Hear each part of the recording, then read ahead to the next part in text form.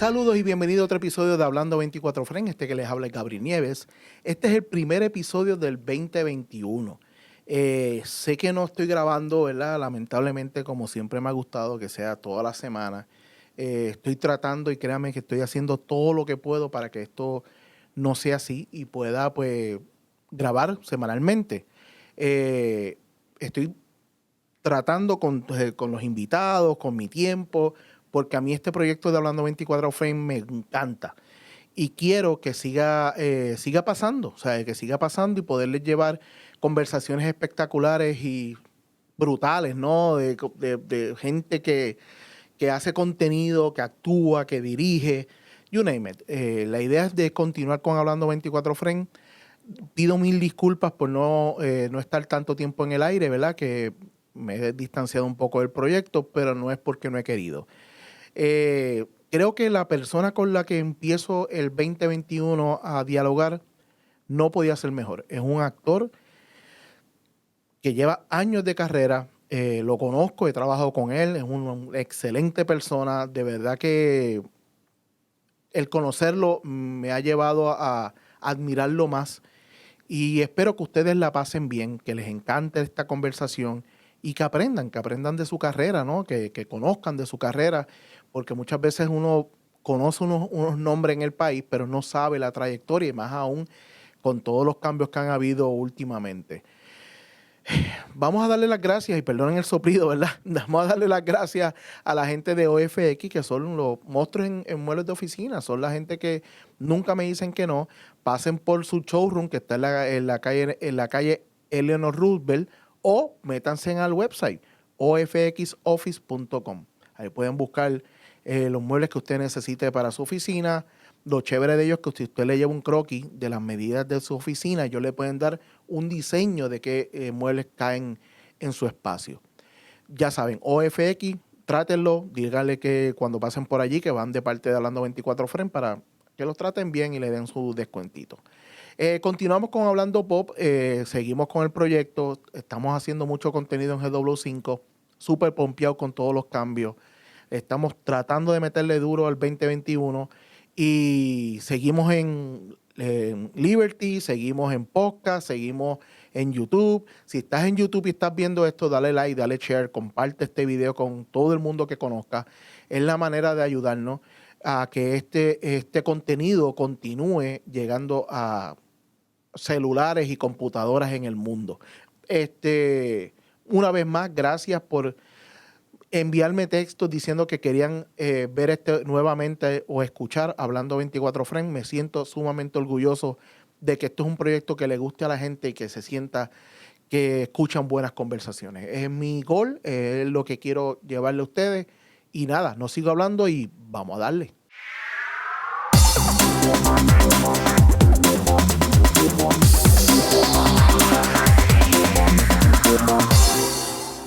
Bueno, y le damos la bienvenida a Hablando 24 Frames a Braulio Castillo. ¿Cómo tú estás, Braulio? Gaby, bien, bien, y contento de estar aquí. Ya era hora, hombre. Ya era Tantas hora. Invitaciones y tanto que lo veníamos trabajando. Tú sabes que yo a veces, al principio, como que me da un poco de tensión que no lograra la reunión, pero ya después de tanta entrevista he dicho, se dan cuando se tienen que dar. Eso sí. Yo creo que hay que soltar y a Sí. veces viene en un mejor momento porque la conversación hasta fluye mejor, porque no viene deprisa, ¿sabes? Yo creo que pasaron varias cosas, estuvimos trabajando juntos, o sea que nos estábamos viendo mucho más. Nos dimos esa oportunidad también de conocernos Correcto. mejor. Yo creo que eso, ya yo he aprendido que eso es una gran ventaja el poder soltar y decir, mira, cuando se dé, se dio. Sí, porque cuando se da de una manera natural, orgánica, y se da súper cool. ¿Sabes? Correcto. Como ahora mismo. Exacto, como ahora mismo. Braulio, yo le pregunto a todos los invitados, Ajá. ¿qué fue el clic en tu vida que tú dijiste, yo me voy a dedicar a esto? Pues mira, Gaby, yo creo que han sido varios clics. O sea, no fue No uno sé. solo. Sí recuerdo donde hubo un clic que confirmó, pero te voy a llevar hacia eso. Mira, viniendo de una familia, y no solamente por mi padre, de una familia donde el arte siempre ha estado presente. Mi padre tocaba, aparte de ser actor, tocaba mandolina en la rondalla de la Universidad de Puerto Rico. Su hermano mayor, mi tío Carlos, era concertista, tocaba guitarra clásica. O sea, que la música estaba en tu familia heavy. Mi abuelo, el papá de papi, el reverendo don Carlos Manuel Castillo Molina, mi abuelo recitaba. Tenía un programa en WKQ Radio AM, antes de que existiera la FM, que se llamaba La Hora Poética, todos los domingos, donde de hecho mi padre dio sus primeros pininos. Un día que mi abuelo no pudo ir, le dijo a papi, que tenía 14 años, vete ahí, haz el programa, estos son los poemas que tienes que recitar. Y así fue. Wow. Papi sabía porque él había ido varias veces, pero ahí fue donde lo tiraron al ruedo. Lo soltaron y de ahí empezó. Sí, soltaron al el pequeño tigre. Y entonces, criándome, mi mamá tocaba piano, cantaba en el coro de la Parroquia Santa Teresita en la calle Loíza. Las hermanas de ellas tocaban el piano. Mi abuela en casa, mi abuela había un piano. O sea, que en la música, la declamación estaba en el ambiente y en la sangre, obviamente. O sea, que en tu casa había unos parties brutales, ¿verdad? Sí, cuando se reunía todo el mundo a tocar. Cuando papi invitaba gente también a la casa. Navidades entonadas, que había canciones que se cantaban. Las mejores Navidades. No Navidades de borracho, Navidades buenas. Las Navidades de bohemia, buena. Entonces, pues yo estaba con eso en casa. Yo miraba a mi padre haciendo las novelas y yo lo miraba no como mi padre, lo miraba como un actor, que hacía un excelente trabajo, era como un ídolo para mí. Entonces, pues yo todo ese bagaje, pues yo lo llevaba adentro. Sin embargo, cuando en la high school, en la escuela superior, hice algunas cositas, tú sabes, el que si el talent show, el que si esto, lo otro, hicimos obritas y cosas así, y relajo, siempre verás, me gusta mucho la comedia. Y sin embargo, cuando entro en la Universidad de Puerto Rico, después del primer año de generales, yo entro en la Facultad de Ciencias Naturales. Sí, porque tú eres biología. Porque yo quería ser médico y estaba haciendo un bachillerato en biología.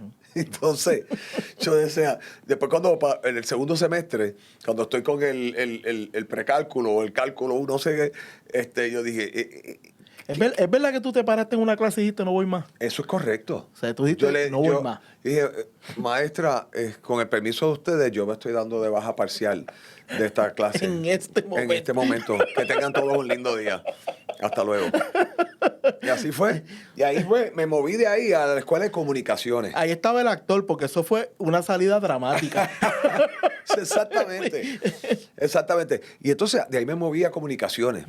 En Comunicaciones, que ya me estoy acercando más, yo me fui por el lado de la publicidad. ¿Verdad? Y entonces empiezo a trabajar en una emisora de radio y en Río Piedras, que se llamaba La Nueva Ola, que quedaba en el edificio el Darlington ahí, el edificio que está todavía allí en el penthouse. Red Baron. Red Baron era José Nínez, que era ese fue el culpable, de que hicieras radio. Ese fue el culpable porque Red Baron era Pepi Nínez, mi hermano José Nínez, que yo lo fui a ver un día. Y porque nosotros hacíamos parisitos de marquesina. Lo que hoy en día hacen estos tipos con sus platos y eso, nosotros lo hacíamos con los platos de nosotros y tenemos que ponerle una felpa debajo, encima al plato para que el disco pudiera correr con la aguja que era. No es como ahora que esto es todo digital. Buscar el cue ahí. No, tú sabes. La caja de leche con los vinilos. Empezaba... Tú buscar el corte donde era. No, en los vinilos. Eso era así. Pues yo hacía parisitos con Pepe y hacíamos cosas así, llevaba las bocinas, era otra cosa, pero era súper divertido.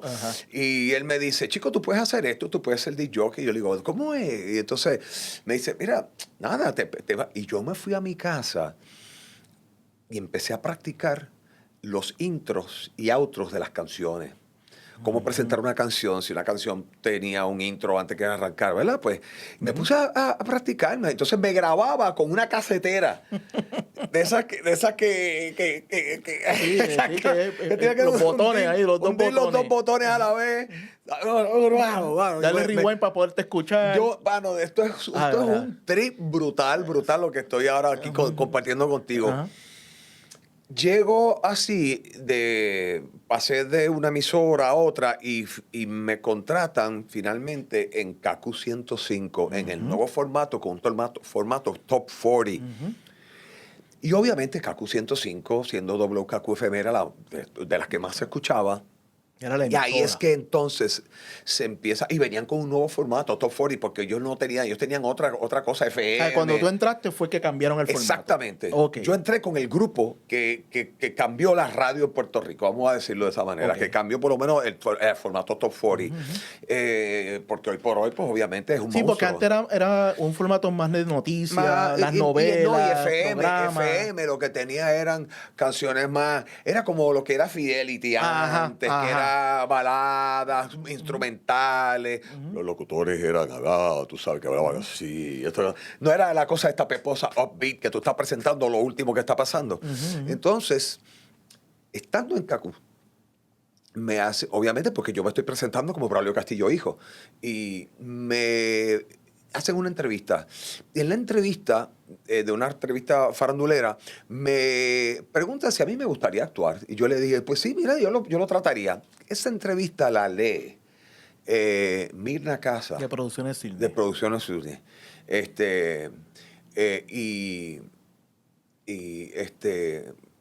¿Te llama? Me llama para hacer una audición. Voy a hacer la audición. Me llaman después para decirme que me dan el papel.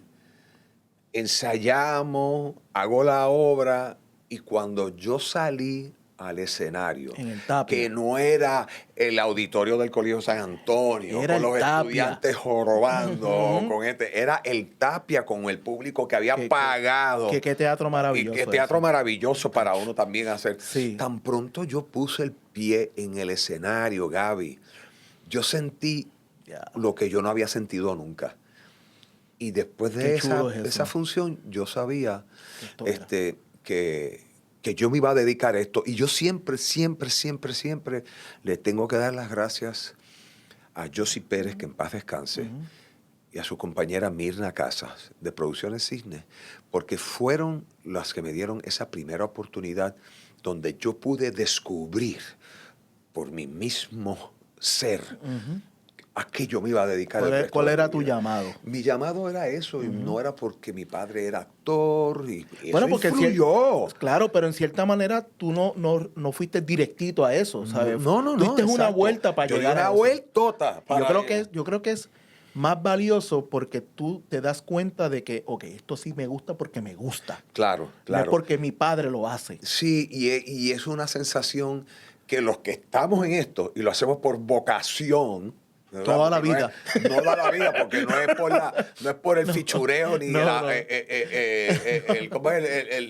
highlight del faranduleo, porque de verdad que lo que hacemos esto... Esas cuentas bancarias son en Estados Unidos. Exacto, en otro sitcom. Es otro sitcom, aquí no es. Aquí es porque nos gusta esto. Pues siempre, y de verdad que guardo los mejores recuerdos de ese momento que compartí. Roberto Vigoró estaba conmigo en esa obra, y José Espósito también. Éramos los tres hijos que tenía Josie. Pepe Raimundí estaba en esa obra. Y tengo una pregunta. Cuando estás aquí que terminas entonces en el departamento de drama. Sí, exactamente. Cuando pasó eso, ahí dijiste, yo dije, no, pero es que yo me voy a cambiar. Entonces me cambio al departamento de drama. Y en el departamento de drama estuve un año. Ok.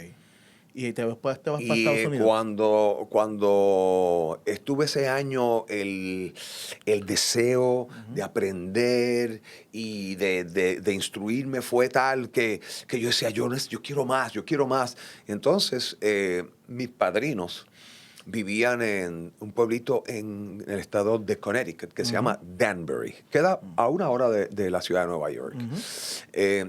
me mudé con ellos allá y empecé a estudiar en un college, ¿verdad? Que tiene Western Connecticut State College, que era dentro del organigrama de la UConn. Ok. Como un regional, ¿verdad? Como y decir aquí la UPR de Bayamón. es una cosa pasa así. Sí. Entonces, allí estuve con mis padrinos como por 2 meses y dentro del college conocí a otros en el departamento de drama y uno que estaba en el departamento de drama estaba buscando 2 roommates en una casa que se iban a mudar y yo dije, para allá es que yo voy. Y ahí pues, me fui, ¿verdad? Ubicando. Estando en ese departamento, fui a visitar, yo tenía muchos amigos de mi urbanización que estaban estudiando en Boston. Entonces Obviamente, okay. estudiantes de familias pudientes que podían pagarles estudios, como por ejemplo en Boston College, Boston University, etcétera, etcétera. Y fui a visitarlos. Recuerdo ahora que fue para Thanksgiving, creo que fue la primera vez. Cogiendo puntos, ¿sabes? Era una cosa, ¿sabes? Las aventuras de uno, tú sabes. Lo que hoy en día se tiene que pensar 15 veces para hacer. Sí, lo que hoy día yo no haría posiblemente. Qué bueno que y entonces cuando llegué llegué a la ciudad de Boston, que yo la vi llena de estudiantes. Boston está fuera. Fue llena está vibra de gente joven. Yo por donde quiera que caminaba, gente joven. Y yo decía, bueno, yo tengo que terminar aquí. ¿Qué pasa? Porque Boston es como una universidad gigante. Cuando tú llegas ahí, es como que todo esto es universidad. Es un campus gigante. Eso es lo que es. Boston es un campus universitario brutal. Gigante. O sea, hay más de 500 universidades. Sí, una cosa ridícula. Yo regreso a Connecticut y le comparto esta experiencia a mis compañeros. Y una de mis compañeras me dice, en Boston hay una muy buena universidad de actuación, de arte dramático, de comunicaciones, que se llama Emerson College. Y entonces empecé a investigar, a buscar de Emerson College. Obviamente no había internet, no había nada de eso, pero empecé a preguntar, a llamar, a buscar información en las bibliotecas, etcétera, etcétera. Y me di el viaje para hacer la investigación, fui hasta allá, pregunté cómo podía ingresar, etcétera, etcétera, correspondencia. Bueno, la cuestión es que se cuadró la audición para yo entrar en el departamento de drama de Emerson College. Y viajé, hice la audición, la hice con un monólogo. María, te iba a preguntar, ¿te acuerdas con qué la hiciste? Sí, me acuerdo, pero no me acuerdo del monólogo, Gaby. No, está bien. Pero a mí me encanta la memoria de los actores porque me encanta esto. Recuerdo que utilicé un monólogo de la obra Ecus. Ajá. Donde él está viendo el caballo que ve por primera vez en la playa. Para la gente más joven, eso lo hizo el protagonista de Harry Potter hace un tiempito atrás. Hizo esa obra en Broadway, ¿verdad? Sí, es una pieza extraordinaria. Aquí, yo tuve la oportunidad de trabajar en esa pieza aquí cuando la hizo el teatro que estaba, bendito, que cerró, que estaba antes del puente Martín Peña a la derecha. Sí. Ay, yo soy el peor para los nombres. Bueno, ahorita nos acordaremos. Sí, nos acordaremos. A mí me está... Pero cogiste una pieza pero no hice el papel, el papel bravo ahí. Son el joven no hiciste y el psiquiatra. En esta ocasión, la versión de Coribantes. Coribante. La versión de Coribantes era, lo que hicieron fue que el papel del psiquiatra lo hizo Idalia Pérez Garay haciendo una psiquiatra. Entonces, yo hacía como que el dueño el granjero, el que estaba a cargo de la caballeriza, de los caballos. Ya. ¿Pero cuál utilizaste para la audición? El monólogo del joven. Por eso Heavy, ahí pues, heavy, no. Te fuiste con un monólogo que hay que meterle. Sí. Y eso me ayudó Bueno, ahí porque está. me Por eso ayudó te a dije. entrar. Exacto. Pero nada más con que haya cogido esta pieza, yo creo que debemos meterlo Mi aquí. hermano Jorge hizo la pieza, hizo ese proyecto. Yo la vi, la primera vez que yo la vi con Katy Franco haciéndola muy chica y Pedro Orlando Torres haciendo el joven. Una pieza que desde que cuando yo la vi a mí me impactó. Es que es muy buena Es pieza. que es muy buena pieza, muy buena pieza. Entonces hiciste el monólogo del joven. Del joven. Para que te diera un monólogo, porque él tiene varios, Sí, pero hay uno donde está explicando porque pues, todo está basado en un crimen, en un escándalo que sucedió, que aparecen muertos no sé cuántos caballos en una caballeriza, y pues todo explica el trastorno, después nos enteramos del trastorno mental que el joven tiene para haber hecho eso, y sumamente interesante, una pieza que trabaja todas las características psiquiátricas, o sea, emocionales, psicológicas del ser humano.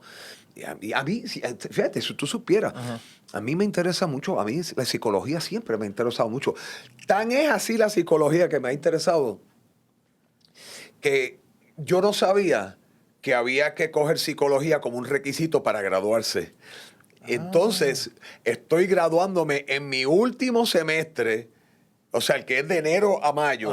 Y entonces me doy cuenta que me hace falta una psicología.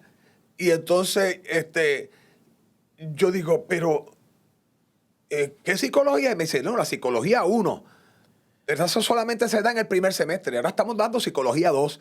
Y yo fui a donde el maestro, Gaby, a decirle, profesor, mire, es una cosa, yo me tengo que graduar en mayo. A mí me hace falta una psicología. Yo no cogí psicología 1, pero yo le prometo que yo voy a estar bien pendiente y cojo la psicología 2 y le voy a sacar buena nota. Y así fue. Y te dieron el break. Y la pasé. Me dieron el break y le metiste y la pasaste.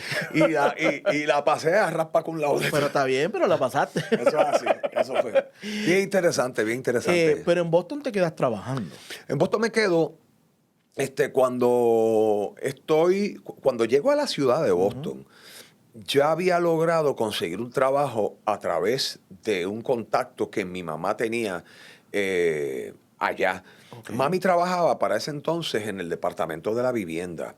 Y en el Departamento de la Vivienda también trabajaba una amiga de ella que conocía a esta persona que en Boston trabajaba con, como a decir, como con el ayuntamiento o con la asamblea municipal, por ejemplo. Entonces, como la asamblea municipal tenía que cubrir minorías también, porque allí había una gran cantidad de puertorriqueños, gran cantidad de afrocaribeños y afroamericanos. O sea, que todas esas áreas tienen que estar... Pues, esta persona trabajaba allí como una alianza o una conexión entre la municipalidad, o sea, la asamblea y las posibles trabajos que habrían para... Y me consiguieron un trabajo en el Boston City Hospital. Okay. Yo empecé en el hospital de Boston City Hospital, part-time, porque estaba estudiando, ¿verdad? Trabajando en récord médico. Por un buen tiempo. Lo que tenía que hacer era, cuando pedían los récords médicos de los pacientes, ponerlos en orden y llevarlos, repartirlos por los distintos especialidades, ¿verdad? De los distintos pisos, que si cirugía, que si pediatría, que si nada. Y luego de ahí se abrió una oportunidad para trabajar como secretario de piso de una unidad que le llamaban el float pool. Y estos éramos como 5 o 6 secretarios, porque no éramos muchos más, yo creo que éramos como 5 o 6 secretarios, o 10 si acaso, en todo caso, que flotábamos dependiendo de dónde te necesitaban. Donde había, por ejemplo, la secretaria de cirugía se fue de vacaciones una semana. Pues para allá vas tú una semana. Y era bien interesante porque así me dio la oportunidad de flotar. Y yo estaba gozando porque a mí me encanta la medicina. Sí, que estaba... O sea, la parte práctica, realmente, la práctica de verdad, de ver los médicos, de estar viendo a ver, fue una chulería. Claro. Interesante cuando me tocaba ir a la unidad de cuidado intensivo. Chacho, mano, allí yo vi cosas. Y que fue una escuela. Yo vi cosas, una cosa, hay un caso que se dio en Boston allí, espectacular, de un accidente que hubo, Gaby, donde un tipo que iba manejando chocó y tenía en el baúl del carro, yo no sé si era o un palo de golf o una cosa. Ay. La cuestión, Gaby, Lo atravesó. Sí, así. Lo atravesó en la cabeza. Ah, wow. Y vivió para contarlo. Entonces lo tenían en el hospital para ver cómo podían operar para poder extraerlo sin hacer daño. Eso fue un caso que se dio y un éxito de la medicina moderna en ese entonces, Sí, Braulio ¿verdad? Castillo estaba allí. Y yo estaba allí, mano, y yo pasaba y lo miraba y yo decía, diablo, mano, wow. No, buena cosa. Pero sí. ¿cuándo tú llegas entonces al West Stage? West Stage. Ay, papi, usted está... West Stage es una compañía que hay en Boston, donde estando y viviendo en Boston, hubo audiciones para una obra que yo hice en West Stage. Oh, ok. Y sí, debe ser esa, porque también en Western Connecticut State College, ellos tenían una temporada de lo que le llaman Summer Stock, que es el teatro de verano. Teatro de verano, sí. Entonces, yo no sé si esa se llamaba West Stage también. Estoy un poco, pero yo creo que era esa. Okay. Debe ser esa. Donde yo hice también unos musicales allá. ¿Dónde hiciste West Side Story? Hice West Side Story en West Stage, En West exactamente. Stage, okay. Pero la hice 2 veces, porque la hice en West Stage y también la hice como parte del proyecto musical del año de Emerson College, el año que yo me gradué. Okay, yo me gradué. Okay, nice. Sí. Yo hice uno de los Sharks. Pero yo audicioné. Fue una experiencia bien interesante, la voy a compartir contigo. Sí. Todo el mundo en Emerson College, porque en Emerson se hace un musical al año, en mayo. ¿Verdad? Eso es un musical del año. Y es a todo switch. O sea, es como si estuvieras viendo un musical de Broadway. Sí. Exactamente. Y eso lo postean siempre al principio del año. Por ejemplo, llegamos en septiembre y en septiembre, a mediados de septiembre por ahí, el director de teatro musical pone un bulletin board. El musical de este año va a ser tal. Las audiciones son tal día. Pues nos pusieron West Side Story y todo el mundo decía, ¡Tacho, Braulio! Eso es para ti. Eso es para ti. El personaje de Bernardo, que es el líder de los... Yo audicioné para ese personaje. Y se lo dieron a otro muchacho que no era ni latino. Pero tenía las características, ¿verdad? Eso te iba a decirlo. Pero a mí me dio un ataque de celo. Me dio un ataque que yo dije, yo no voy a hacer nada. Me fui para casa. Imagínate, 20 y pico de años, ¿verdad? Y me fui para casa y después al otro día, se me acerca un compañero y me dice, Braulio, pero ponte a pensar en esto, mano. No digas que no todavía. Piensa que tú eres puertorriqueño. ¿Cuánto tú puedes ayudar a toda esta gente como puertorriqueño? A ayudarlos a hacer mejor Sharks de lo que ellos puedan hacer. Me gustó esa vuelta que te está dando. Y te vas a sentir parte del musical, que es la cosa más grande que se hace aquí.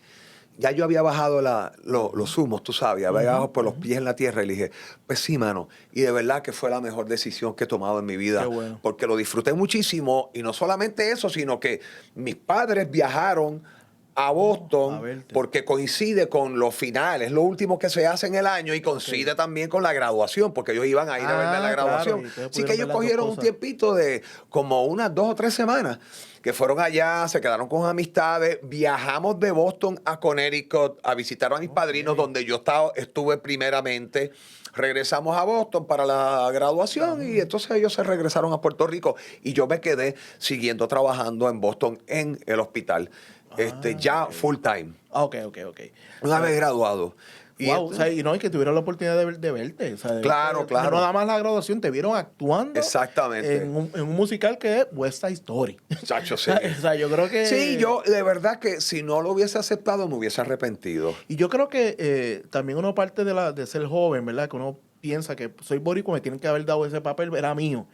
Pero luego yo pienso que cuando pasa el tiempo de carrera, tú dices, no.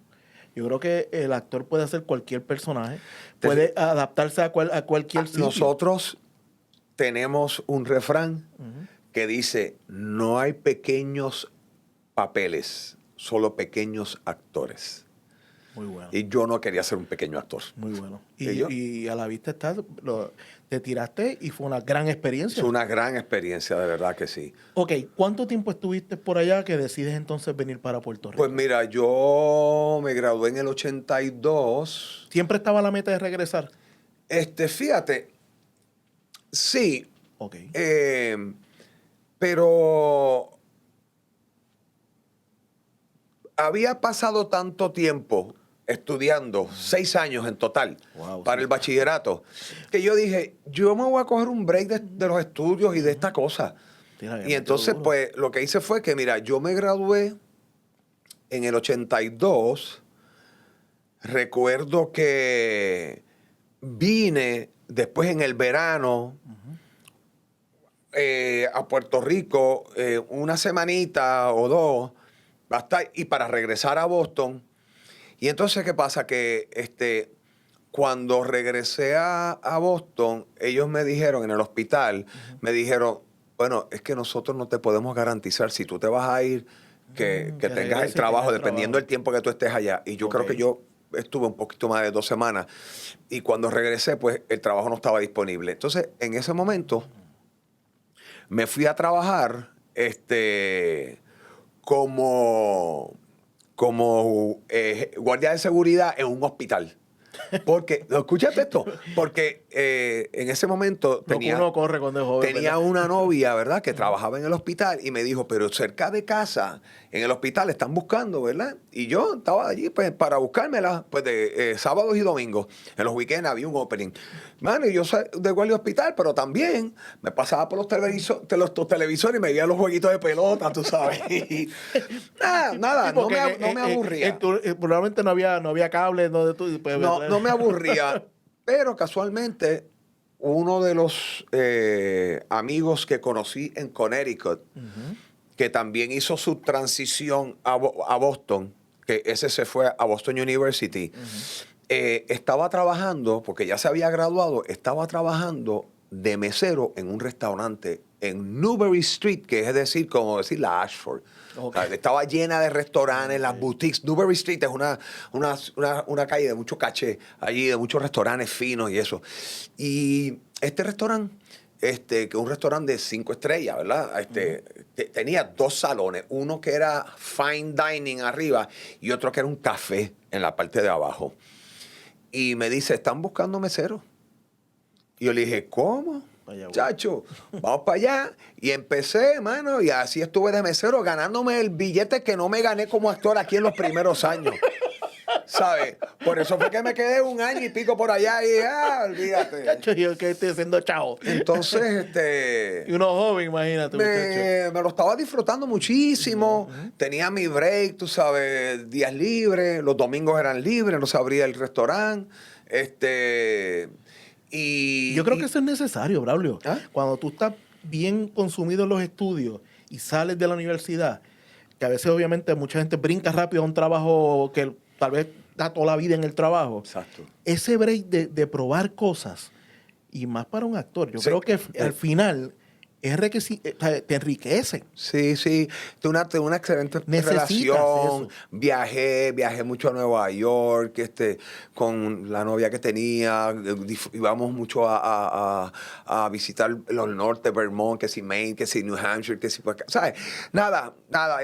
Fue una época bien chévere, me la disfruté muchísimo. Aparte que la ciudad a mí me encantaba, mano. Yo no veía cómo de alejarme de Boston, Ok. tú sabes, porque Sí, te sentías cómodo. estaba atrapado todavía con la magia y me sentía cómodo. Ok. Entonces recibí una llamada de alguien que me dijo, Te voy a decir exactamente. No sé si fue Pedro Orlando o... Pedro Orlando fue uno de ellos. Pero alguien más que me dijo, mira, mano, en Puerto... creo que hablando con Dean Sayas, mi maestro, el gran maestro de maestros, Dean Sayas, me dijo, mira, papi, acá sí, así él habla. Sí, papi, acá en Puerto Rico se están haciendo novelas y a ti yo creo que te iría muy bien acá. Qué ojo tiene ese Dean, ¿verdad? Y, está acá. Sí, y yo dije, pues fíjate, a mí me llamaron, o sea, yo tenía, después de ese año, en ese verano, yo estaba decidiendo a dónde yo me iba a mudar. Ok. Y todo el mundo, que si Los Ángeles o Nueva York, eran los dos sitios a escoger. Claro. Los Ángeles es cine. Y es a darle por ahí para abajo hasta que tenga suerte. Servir mucho plato hasta que... Los Ángeles a mí nunca me llamó la atención. Qué interesante. 7 nunca me llamó la atención por varias cosas. Y una de ellas son los terremotos. y que de momento el Big One se fuera a hundir la costa oeste completa. Y dije, porque yo había pasado una experiencia bien fuerte viviendo en Perú con mi padre de pequeño y en Colombia también. Y espérate. Ya tú sabías lo que Ya había. yo sabía lo que había. Y Nueva York era más la onda de teatro, por donde yo me iba. Y era más lógico en Boston, Nueva York. Entonces, exacto. Y entonces era más lógico. Mi roommate, Andrew Lawrence, vivía, su familia era de Claro, un sitio que se llama... tiene un nombre bien heavy. Sí. De actor. Sí, no, se metió a la banca después, brother. A las inversiones y todo. Sí, Ajá. Andrew Lawrence, Sí. ¿sabes? Protagonizada por Andrew Lawrence. Sí. Pero, su familia era de Rockville Center en Long Island. Ajá.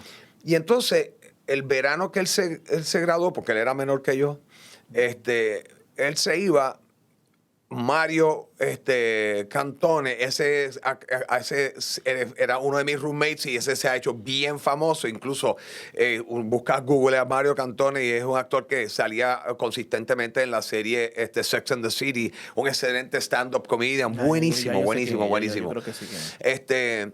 Pues se mudaban a Nueva York. Y yo dije, bueno, pues vamos a ir para Nueva York a probar. Y entonces estuve en Nueva York como un mes. Pero conseguí un trabajito también en un restaurante y estábamos en eso. Pero yo tenía ya en la mente lo de que me había dicho Dean. De las novelas. Y ya había pasado un año de mi graduación y decía, bueno, yo creo que es hora de poner en práctica todo lo que uno ha aprendido y vivir de esto. Entonces, pues vine a Puerto Rico, le dije a Andrew, yo voy a Puerto Rico a ver qué es lo que hay. Y a ver qué es lo que hay es que nunca volví. Yo me traje mis cosas, se me quedaron mis discos, brother. La mayoría de mis discos que yo había coleccionado, los discos de... Sí, mano, los discos de... Eso era oro y ahora es doble. Ahora es doble oro, sí. Pero nada, después lo que hice fue que compré la mayoría de esos discos en CD y no valen nada, no valen un chavo ahora. Eso sí que no vale un chavo ahora. Bueno. Pero nada, vine a Puerto Rico y recuerdo que en una fiesta que me invitaron, ahí estaba el productor de una obra que se llama La Señora que no dijo, que se llamó La Señora que no dijo sí. Que yo protagonicé junto a Edith Cabrera. Y ese fue el primer proyecto que yo hice cuando yo llegué a Puerto Rico. Que yo llegué como en el verano del 83. Verano del 83. Y entonces, esa obra creo que se estrenó en agosto, en septiembre, algo así. Y ahí Dean me consiguió una entrevista con Ángel del Cerro, que era el productor de las novelas en Telemundo. Coralito. Y me dio la oportunidad de trabajar en Coralito, que fue la primera... ¿Qué hiciste de malo? Hice de malo. De Gregory, me acuerdo el nombre, como se llama. Coralito. Tenía un bigotito así. Coralito es de esas novelas que se te quedan Forever and Ever. Coralito Que fue- también fue muy exitosa. Coralito- Tú Coralito. empezaste en una novela que fue un palo. Si tú te das cuenta, las dos novelas que yo hice de villano, las dos novelas fueron un palo. Coralito y Tanairi. Y Tanairi, exactamente. Pero ya en Tanairi, Sí, ya, pero el eso. villano de Tanairi era otra cosa, era casi protagónico. Sí, sí, porque sí, Pedro Antonio Arizmendi... Ese villano puede ir a una novela solo. y La esa, cargaba. Fíjate, y si tú supieras que me pasó algo también simpático con esa experiencia del villano. Ujú. Yo había hecho primero el villano en Coralito, ¿verdad? Después vino la novela Mili, que hice un papel secundario junto con Alida Arizmendi. Después vino De qué color es el amor. Después he visto Apartamento de soltero, no sé qué es lo otro. La cuestión... Esos eran los tiempos que todo el mundo veía novelas. Yo vi todo Sí, eso. sí. Es más, no había nada más que ver. ¿Sabes? Era eso. ¿Qué pasa? Que luego de eso, eso es en el Canal 2. Ujú. Luego de eso, van a hacer Tanairi y Ángel del Cerro me sienta y me dice, yo había hecho bastantes papeles y yo dije, coño, mano, a lo mejor me van a ofrecer un protagónico, ¿verdad? Ujú, pero no. Y Ángel del Cerro me sienta y me dice, tengo un personaje fabuloso para ofrecerte. Y yo, "Oh, Ahí viene. es Pedro Antonio Arizmendi, que es el villano de la película". Y yo le dije, el villano, don Ángel, contra. Y él me dice, él me vio la cara rápido Sí, y me sí, dice, yo te voy a decir una cosa. Los villanos son los mejores personajes en las películas y en las historias. Digo, ¿por qué? Porque tienen licencia para todo. Y puedes desbocar tu talento de muchos colores, de muchas maneras. Y son los que la gente a veces no quiere aceptar. Y yo le dije, pues yo lo voy a aceptar.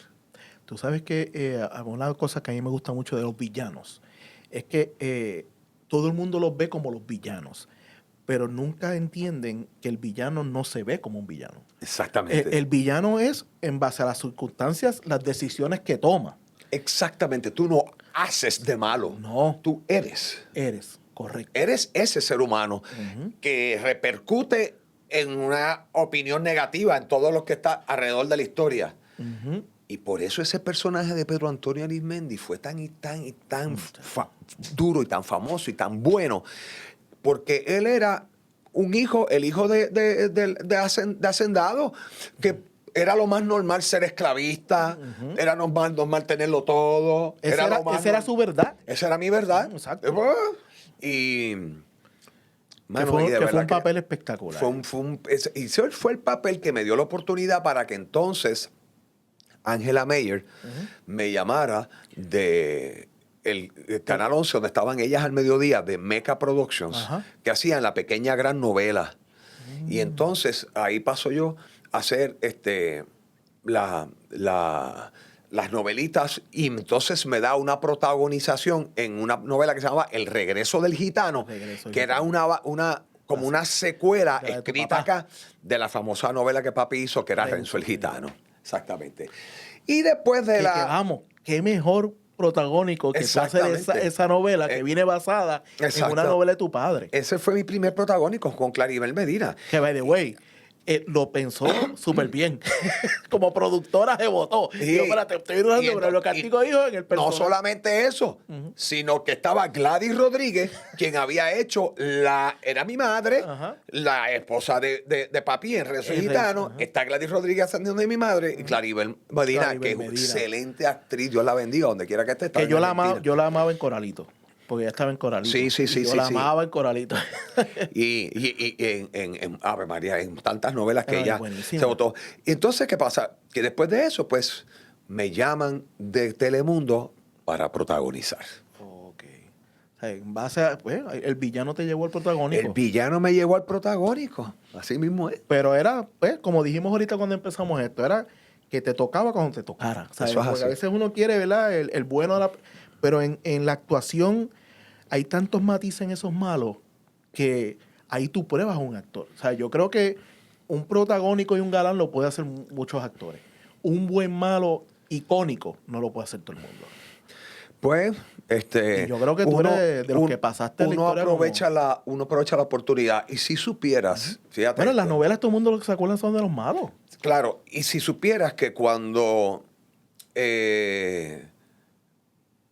después de ya hacer novelas en Puerto Rico y protagonizar novelas en Puerto Rico, protagonizar una novela en Perú, en el año, yo me casé en el 90, en el 91, ya yo estaba enseguida. Yo me casé el 22 de diciembre del 90 y a mediados de enero ya yo estaba en Perú protagonizando una novela. Sí, porque te puso a viajar. Perú, Colombia, Sí, España. exactamente. O sea, tú viajaste. Sí, después vino la coproducción con España, cuando regresé de Perú, la coproducción con España, Colombia y exacto, era Puerto Rico, España y Colombia. Entonces, luego de eso, me llama Tabaré Pérez, quien dialogaba y era asistente, trabajaba directo con Ángel del Cerro, que se había ido a Miami a hacer novelas con un productor peruano que se llama José Crucillac, Pepe Crucillac.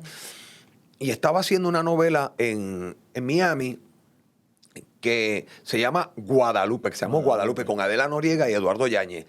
¿Qué pasa? Que el personaje que habían, es que increíble, Gaby, el personaje que habían contratado, al actor que habían contratado para ser como que el antagónico de Eduardo Yáñez, y como que le buscara la vuelta a Adela Noriega también, como que se medio enamoraba y eso. Sí, porque eso fue un momento con una tendencia de que siempre habían dos varones siguiendo exactamente, la protagonista. para poder estirarlo más, estirarla claro. y crear las emociones de Y era una cuestión más gris, que no era como este es el malo, este es el bueno, sino que estos dos pueden ser el protagónico. Exactamente, siempre está el protagónico. Entonces el protagónico tenía que demostrar que tenía que ganarse el amor. Ahora la gente lo vio en Twilight, pero eso llevaba mucho tiempo.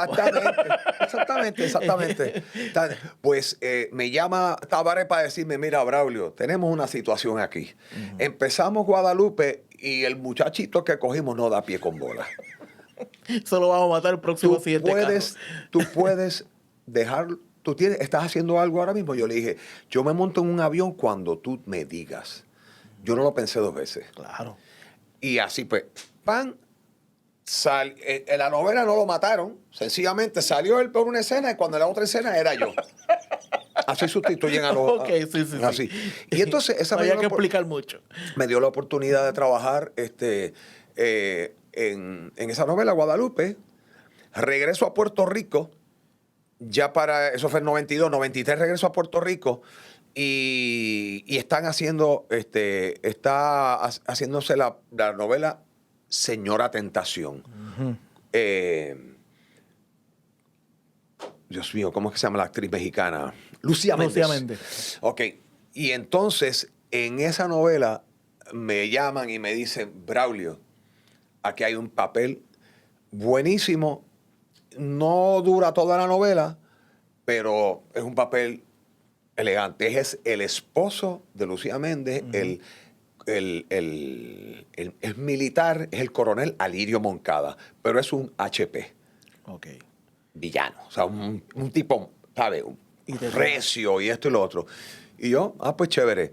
Pana, el personaje pegó tanto. Que lo estiraron. No solamente lo estiraron, al personaje lo matan. Supuestamente lo tiran en una, lo tiran al mar en un saco y el tipo aparece después, meses después, en una playa, revivió y vuelve para atrás a vengarse.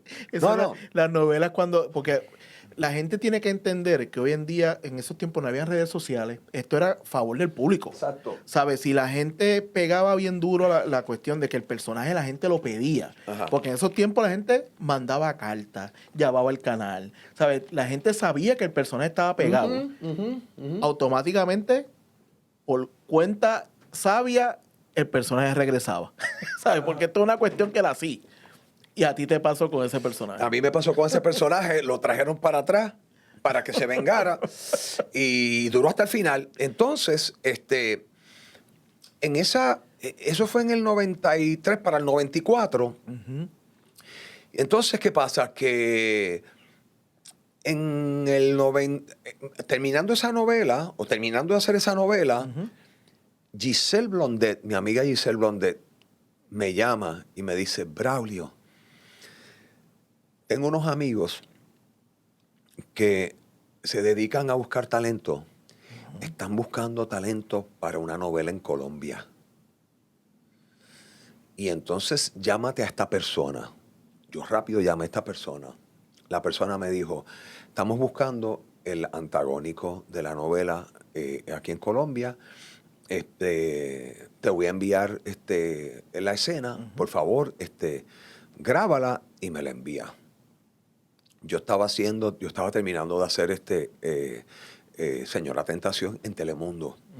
Y entonces busqué la manera de utilizar un decorado que había allí en Telemundo.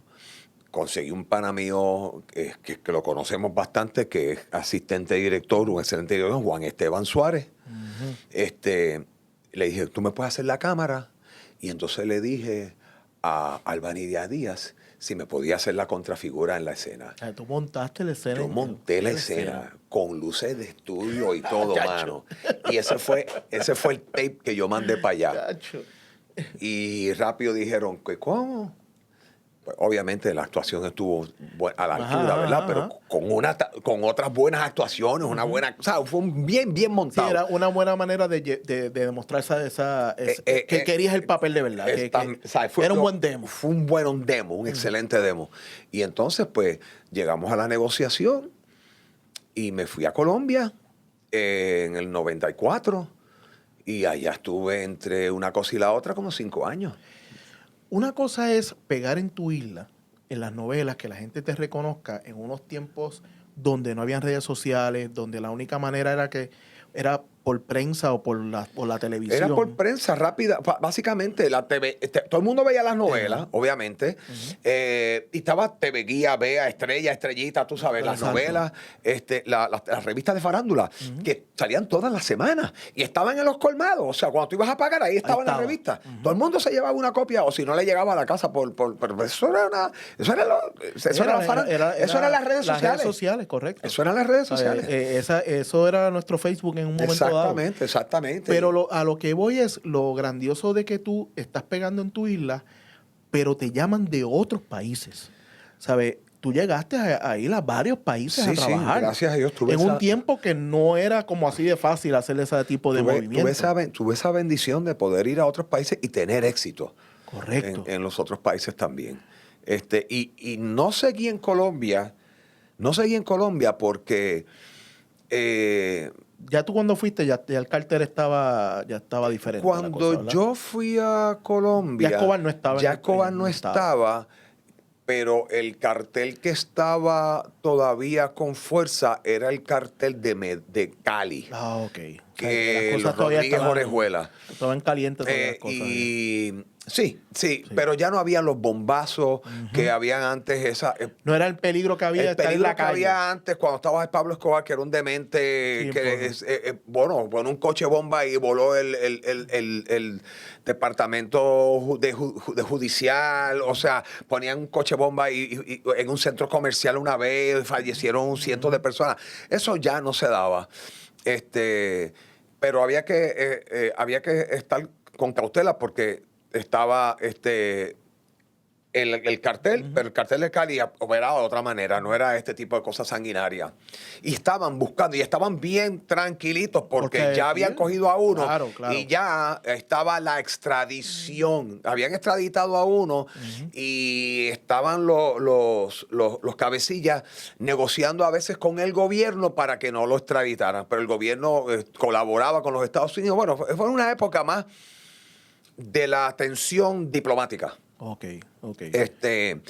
Durante ese primer proyecto que se llamaba Eternamente Manuela, que una novela que yo no fui protagonista, pero otra vez fui el villano y pegó tanto que no me vas a creerlo cómo terminó la cosa.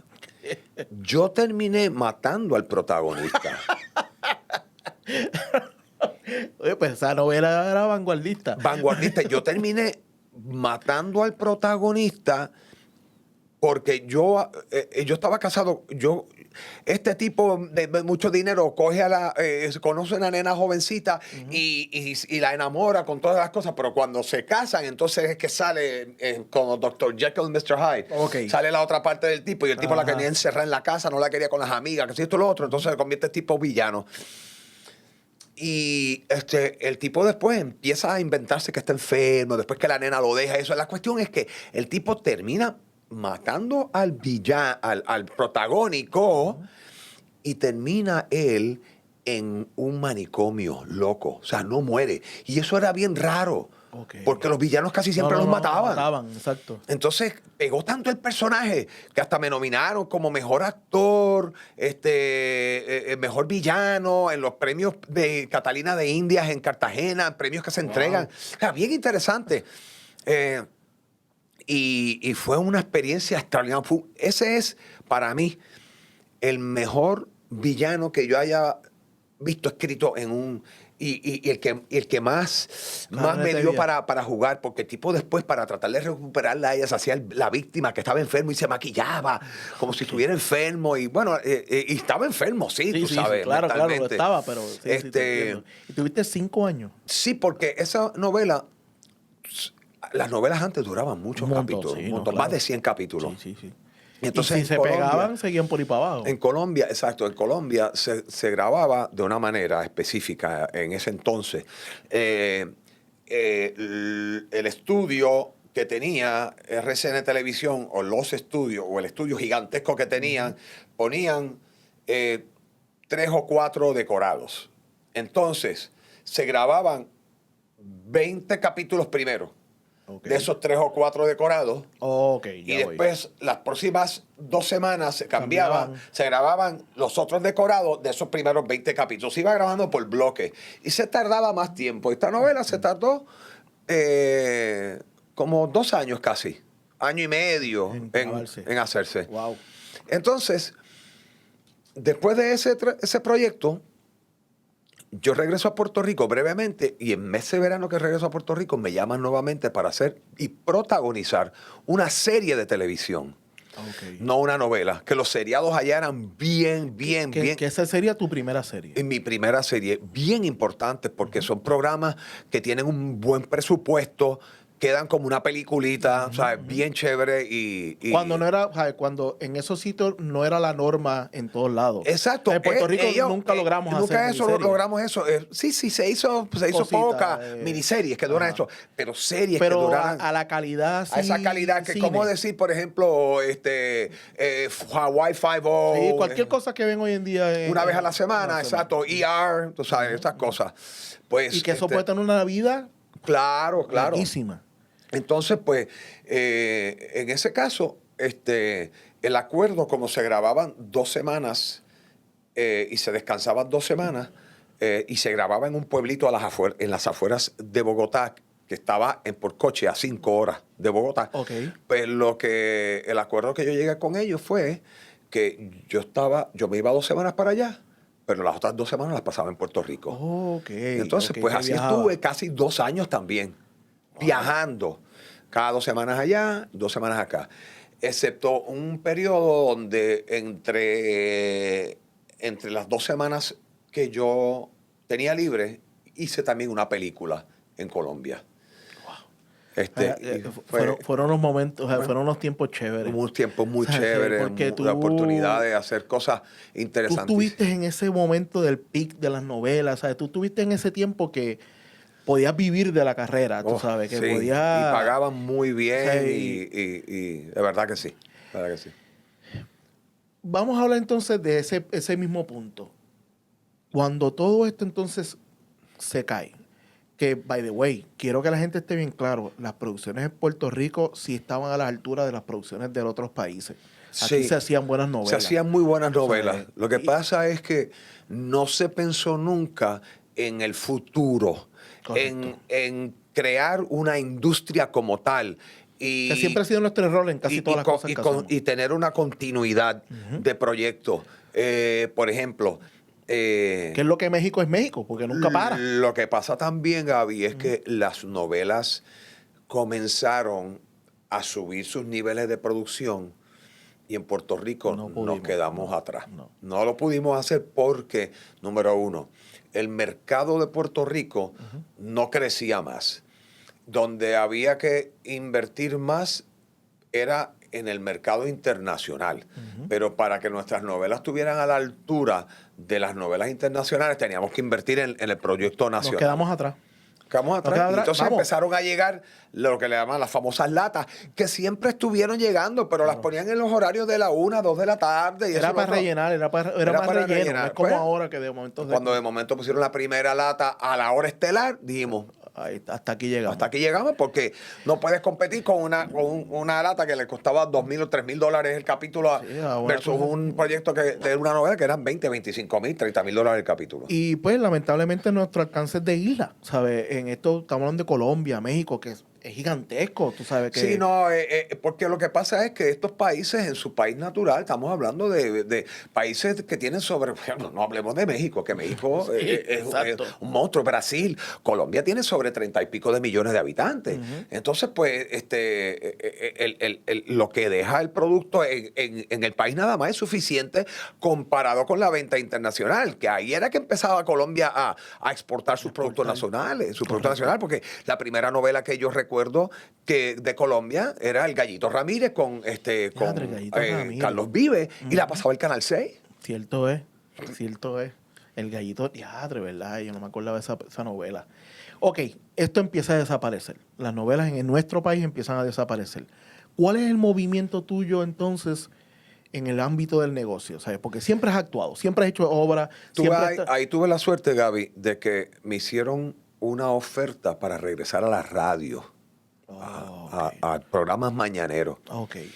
Había una emisora en Santurce, en el Cobians Plaza, que se llamaba Cima 96.5. Esa emisora la acababa de comprar el señor Alarcón, que es el mismo que había comprado Prime Media, que era Z93, Cosmo 94, Estéreo Tempo. Y él estaba en negociaciones para comprar Mega y Cima 96. Que las dos estaban allí. Que las dos estaban en el Cobian Plaza. Entonces, me dan me hacen esta oferta y yo, pues, dije, claro que sí, me encantaría, si a mí me encanta la radio. Y entonces, eso fue una bendición, mi hermano, porque fue buen dinero cuando la radio pagaba muy bien. Y ahí tuve una bonanza de como, wow. Y también era como otra manera de llegar a un público. ¿Sabes? Sí. No, yo no dejé de seguir haciendo teatro, por ejemplo. Yo sé.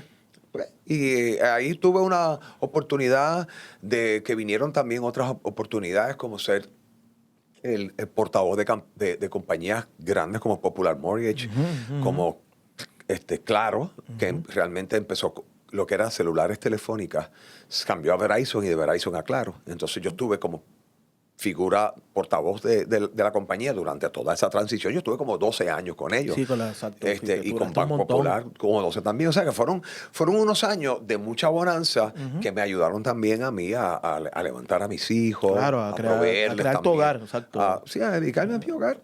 Y estar en Puerto Rico, ¿sabes? Y estar en Puerto Rico, y de verdad que fue una bendición ver a mis hijos crecer, de estar con ellos, disfrutarme de verdad que fue bien importante. Si tocamos el teatro, estamos 4 horas, porque tú has hecho obras que ni acabando. Pero hay obras que a mí, como espectador, me impactaron. En una de ellas hice el comercial, en la otra fue totalmente verla. Una de ellas es en Butterfly. Y es más, en la última versión yo hice el comercial de En Butterfly, que fue con Gil René. Ambas fueron Gil René, las dos veces. Pero la última fue que el productor Carlos, ¿cómo es? Ay, Dios, se me fue el nombre. Ay, Dios mío. Ese sí yo hice el comercial. Verá que estaba Sarita, estabas tú, estaba se me olvidó el nombre del productor. A mí esa obra siempre me ha impactado. Visualmente, yo no sé, Yo no la he visto en otros sitios, pero qué buena la hicieron aquí. Por lo Esa menos obra lo la que yo hicimos recuerdo. 2 veces. Sí, 2 veces. La primera vez la produjo Lorin Paz. Y obviamente Que no se nos yo mismo llega. nos va a colgar. Acrópolis. ¿Ah? No la hizo, fue de Sí, Acrópolis. sí. Sí, lo que pasa es que no me acuerdo el nombre de él. Se me fue el nombre. Mira, Vamos a buscarlo. Porque vamos a hacer una cosa, porque nosotros no podemos fallar en esto, mano, porque está bien que el alemán nos atroque. Pues sí, Producciones Acrópolis, que es Ave María, él me va a matar si escucha esto. Hey, Me dice, Gaby, ¿en serio tú no te acordaste de mi nombre? no, a mí es que me va a guiar. Pero se me dio otra. Carlos Aníbal, ¿no? Aníbal Rubio. ¡Aníbal Rubio! Por fin llegó. Aníbal, por favor, el alemán nos atacó de cantazo. Aníbal Rubio. Pues a mí esa obra siempre me impactó. O sea, para mí es una obra hermosa, man. Mano, Yo no sé si tú piensas lo mismo como yo actor, pienso, hay 2 obras que yo voy a considerar en mi vida 2 obras muy importantes que tuve la oportunidad y el privilegio de actuar. Ajá. Una se llama Hijos de un Dios Imperfecto. Ave María, tengo Hijos de un Dios Imperfecto. Eso se llama Children of a Lesser God, que es la obra que luego hicieron una película donde Madeleine Maltin se ganó el Oscar como la mejor actriz porque ella era la sorda. Yo tuve que aprenderme el lenguaje de personas sordomudas para poder actuar en la obra de teatro. Esto me lo sé por la práctica, pero, o sea, fue una oportunidad. Íbamos todos los sábados, nos reuníamos en el apartamento de Katy Franco, en Marlin Towers, en Isla Verde, para ensayar el lenguaje de señas, las clases, todo. Pedro Orlando Torres, la hermana de Katy, Katy y yo, porque éramos los 4 que teníamos que... Y yo tenía que... Como yo no era el sordo, yo era el médico, yo tenía que interpretar lo que ella decía. O sea, con decir, o sea, que tú me estás diciendo, que me estás diciendo esto, y cuando yo le hablaba a ella, yo tenía que hablarle en señas. Gaby, mano, eso es como... Sí. Fue un trabajo donde le pusimos el corazón completo. Pues entre mis 3 esa es una. Y la otra en Butterfly, porque pienso que es la historia más de amor, más extraordinaria. Sí, espectacular. Perdón. Coño, ¿qué bien la hacen ustedes? Donde se recrea la pieza, a donde te lleva el autor de la pieza a la China post-revolución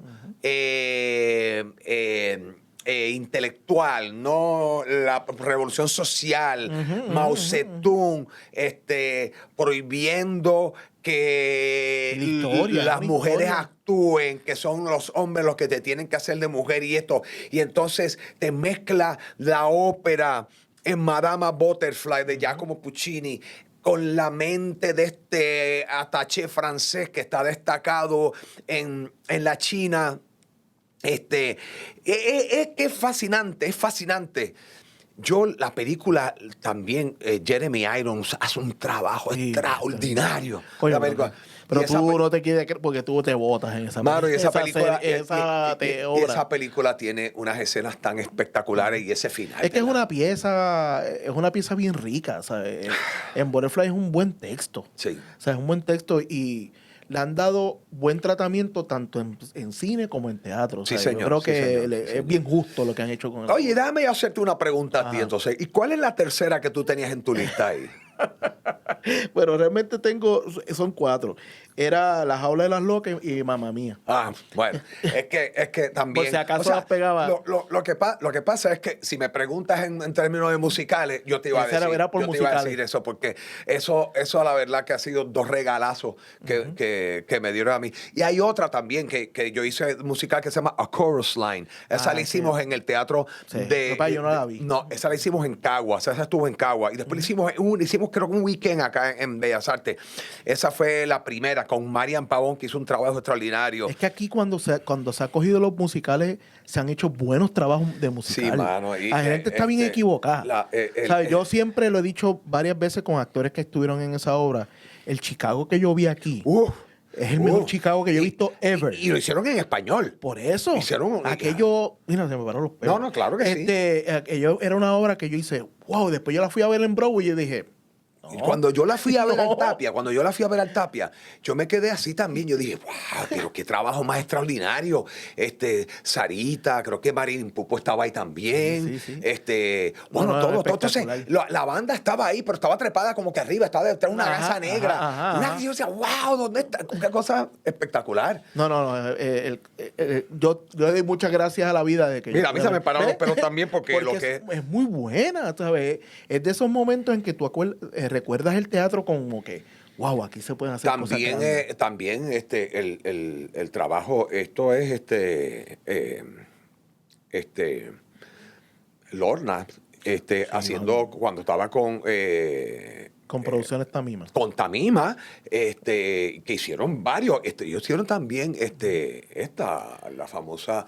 sí, espérate, yo hice todos los comerciales de ella. La de Cabaret. Que fue extraordinario ese comercial lo hice también. Que ahí Ernestito Concepción se arrastró. Se bota, pero una cosa espectacular. Y era una producción con una calidad. Sí. Porque La Jaula igual que La Jaula de las Locas. La Jaula de las Locas era una cosa que la palabra que puedo utilizar y me sale en inglés es mesmerizing. Que había un momento donde tú veías aquello, tú te quedabas como que... Wow. Y Mamma Mía, de la misma manera también, tú sabes, esa escenografía que giraba, que se convertía en esto, que se convertía en lo otro, la música, la dirección musical, las voces. ¡Wow! Wow, sí. Ya estamos casi terminando, Braulio, pero tengo que tocar un poquito lo que es la raíz de este podcast, ¿no? Que es el cine. Tú has hecho cine, has hecho mucho cine. Me voy aquí, tengo una lista heavy. Sí. Yo sé que para ti la actuación a ti te llena de todo, no importa la que estés haciendo. Sí. Pero háblame un poco de la experiencia del cine en tu vida. Fíjate, es una muy buena pregunta, Gaby, porque es completamente distinta, es otra cosa completamente distinta, es otro arte, el séptimo arte. Y el cine requiere una disciplina o ajustar esa disciplina de que uno tiene como actor de una manera específica, porque como en el cine tú no vas grabando cronológicamente. Hay algunas películas que las hacen cronológicamente. Yo no recuerdo ninguna que yo haya hecho que se haya grabado cronológicamente. Van algunas escenitas que van antes o el final. Bueno, casi siempre el final lo dejan para el final, pero entonces tú tienes que tener un nivel de concentración de dónde vengo y hacia dónde voy y el personaje, cómo lo estoy llevando para que cuando se edite la película, pues obviamente una cosa quede bien con la otra. Tenga lógica de tu actuación. O sea, no es una obra de teatro donde tú levantas el telón y tú sigas por ahí para abajo hasta el final, ¿no?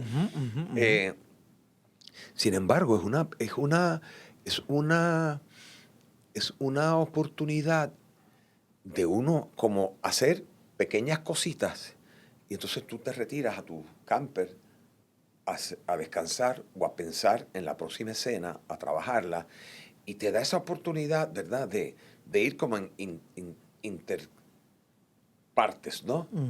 Y haces esto, descansa, haces lo otro, vuelve, porque es drenante, requiere mucho tiempo del actor. O sea, tú estás 12 horas mínimo metido en un decorado de sol a sol.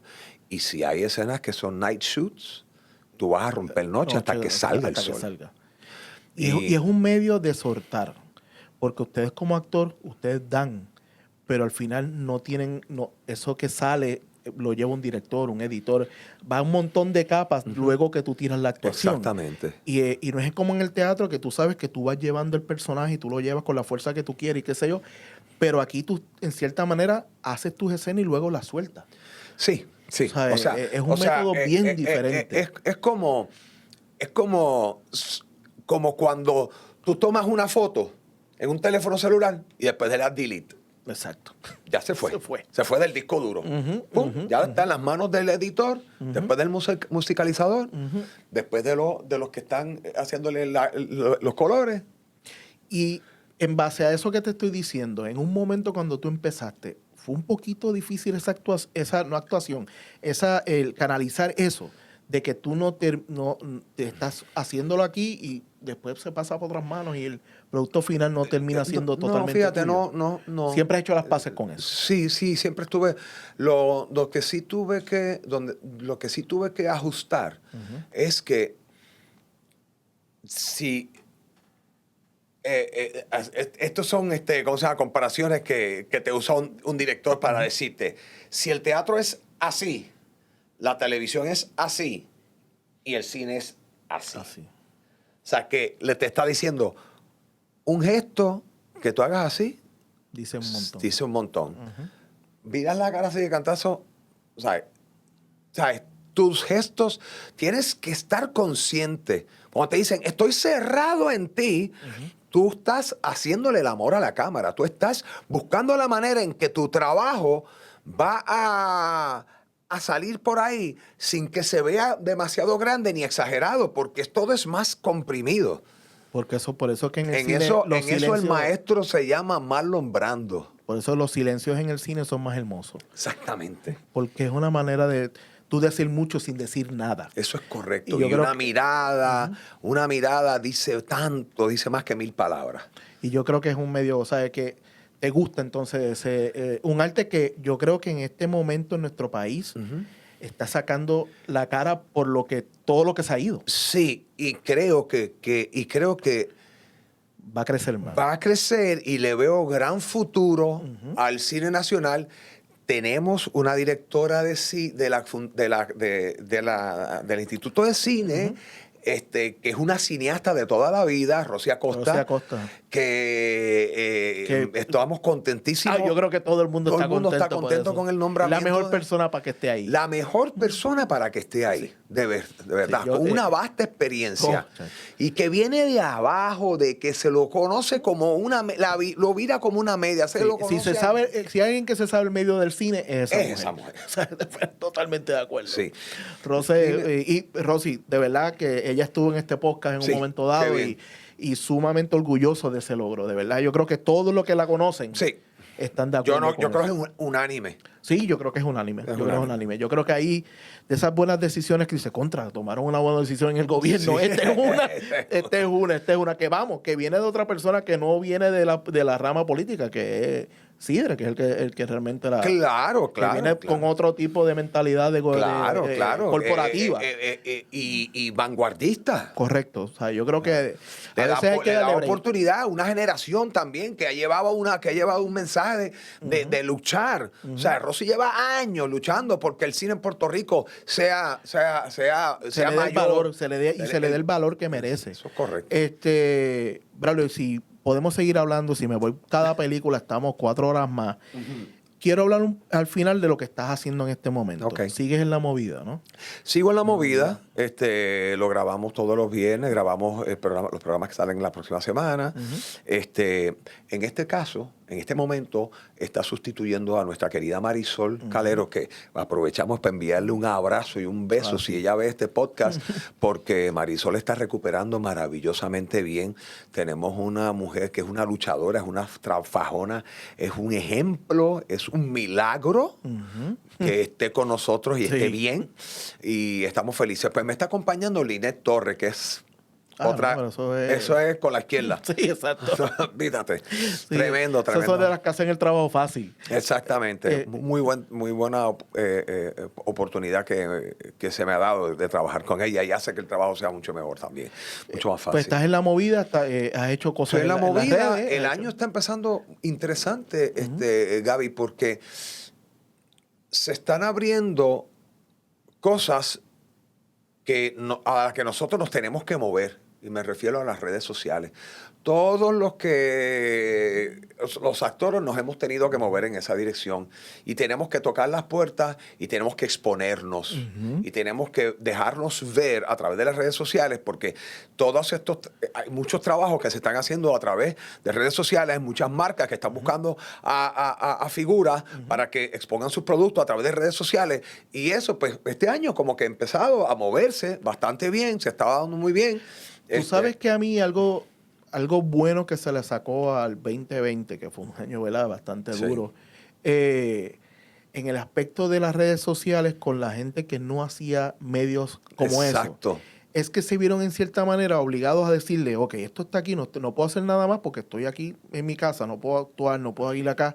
Déjame ver esto. Vamos a meterle tiempo a esto. Exacto. Y yo creo que le ha venido bien a muchos A actores. muchos. A mucha gente, vamos, no actores nada más, gente que trabaja en los medios regulares, ¿no? Como televisión y radio, que estén dando el brinco a las redes sociales porque, guste o no nos guste, ese es el nuevo medio. Ese es el futuro. ¿Sabes? Esto a nosotros nos ha tocado, tú también has vivido diferentes cambios en lo que es lo que era producciones locales, después saltaron a lo que hoy en día es el cine, el streaming, el teatro. ¿Sabes? Ha habido mucha evolución.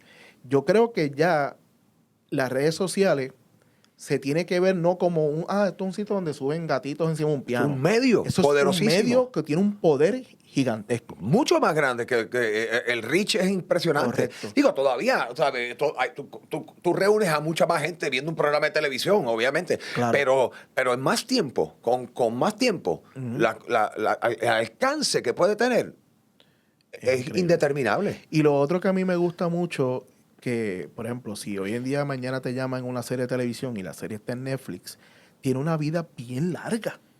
Porque lo que para mí es empezar a ver la serie ahora que salió, para otra persona es totalmente nueva 2 años después, porque la descubre. Ajá. ¿Sabes? Yo creo que en cuestión del arte, da más tiempo para que el arte continúe en las vidas de las personas. Sí. Para mí eso es sumamente importante. Eso es así.